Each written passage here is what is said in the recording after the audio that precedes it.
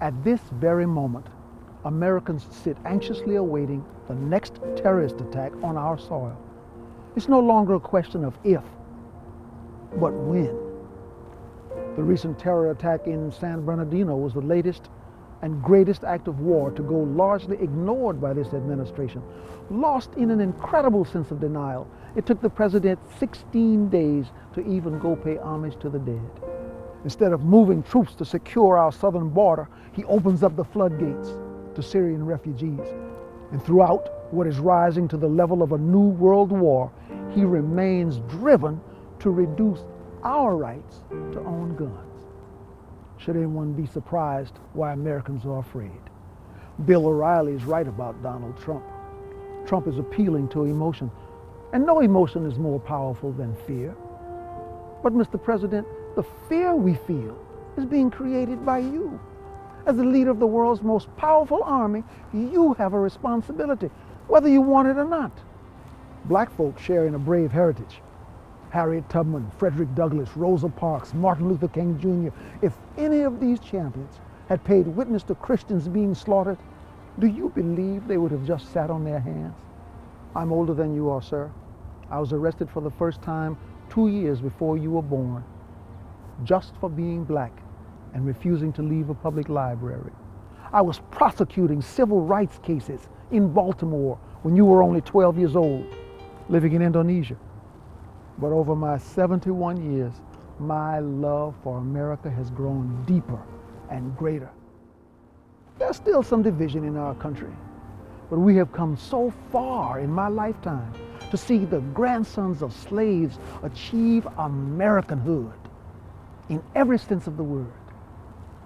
But I believe this president and his sympathizers feel just the opposite. Liberals share in a hatred for America and for the idea of American exceptionalism. And they project their own hatred onto radical Islam, suggesting that terror somehow is America's fault. In President Obama and Hillary Clinton's minds, we deserve this. In the Gospel of John, Jesus speaks of those who with blinded eyes and hardened hearts are unable to see the truth.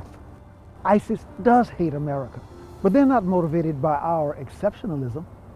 Like Hitler, they're motivated by their own evil desire to conquer the world.